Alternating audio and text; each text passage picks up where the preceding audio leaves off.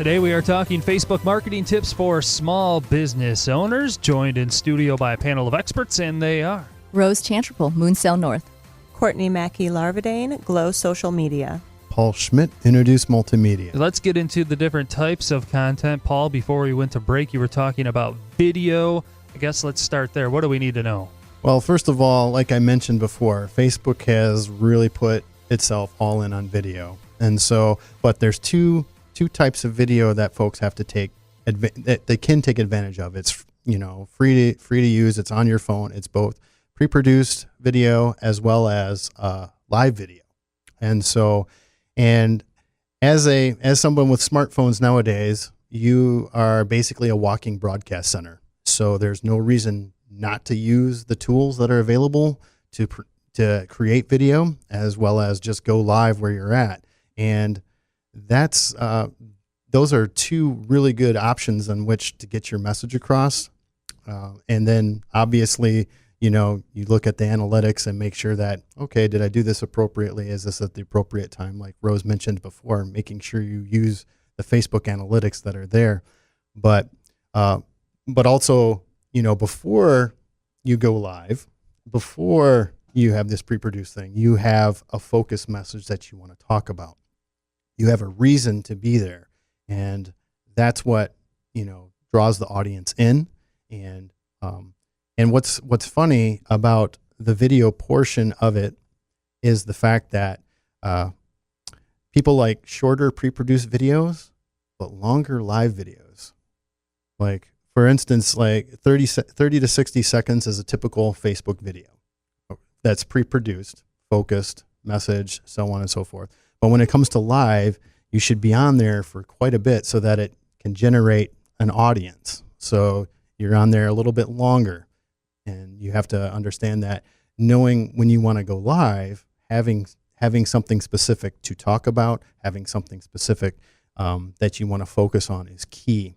But that's just one version of the content that's out there. Another thing you should think about is making sure that you caption your videos, so that, because a lot of people scroll through and they have the audio off. And so getting people's attention through the words, and then they may stop and watch the video from there, but maybe watch the video throughout, but they still understand what's going on because you have the words as well as the visuals. But as Rose mentioned in the break, you really shouldn't have bad audio that goes with video. So if you're going to use your phone, there's tools that you can use, like plug-in mics, or making sure you use your headphones, or get the camera or the phone close to you. That way people can understand you better. You're not in a echoey room, and so on and so forth. So those are some of the things that you should think about going forward. But video is tops in Facebook's eye. And so that's, like I mentioned before, I can't stress enough. I know that I'm a video storytelling agency, and I say this all the time, but video is key right now, especially with the metrics on Facebook, and both organic and paid. Because we've seen, live video gets exponentially more engagement than just a typical, link post or even a photo post. And so to take the time to include video in your strategy, and we talked a little bit about how, at the beginning of this segment, how video can be a part of your goal setting. So you could set a goal that just says, I'm going to do Facebook Live 5 times this month, and I'm going to pre-select, 5 different topics that, I am familiar with and I am an expert in, and maybe do, a tip Tuesday. And I am committed to doing one Facebook Live video 5 times per month. And I'm going to talk about, these 5 tips that I've pre-written out. And that's a really easy way, because I think the biggest hurdle for people is, what do I share? Especially for Facebook Live, we don't have any big thing going on. What can I do? But a lot of times, sharing your personal knowledge is enough. Yeah. This is Rose from Moonsail North. I totally agree with Courtney and with Paul. There are a lot more content sources than we think there are.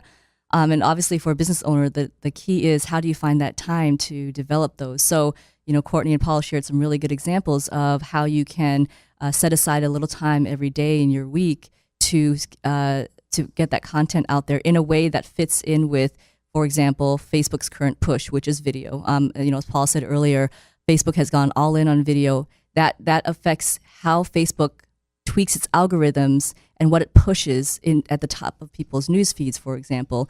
So if you have a little bit of understanding of that, you go back to that strategic plan that we talked about, and then you say, what do I want my company to be known for? When you do that live video, you're hooking that into something that's part of your brand story. You're using your brand voice via that video. And you're kind of, maybe it's a behind the scenes, maybe it's a tip, so there are a lot of great ways to slide this into your day, be authentic about it, and still hook it to your strategy in a way that doesn't require you to set aside 40 hours a week to manage it for your own company. Paul, before we hit this break, captioning, I want to roll back to that really, really quickly. Is it easy to do? It is very easy to do. It's all within the publishing platform of Facebook. All you have to do, as soon as you upload the video, you go to the caption tab and hit generate, and you can tweak it from there. You should review it. Is that key, though? Sometimes could it mess up in terms of them doing it for you? I would look at the words, and you can edit it right in there before you even launch it. Easy enough. These are all tips that you can use for Facebook marketing if you are a small business owner.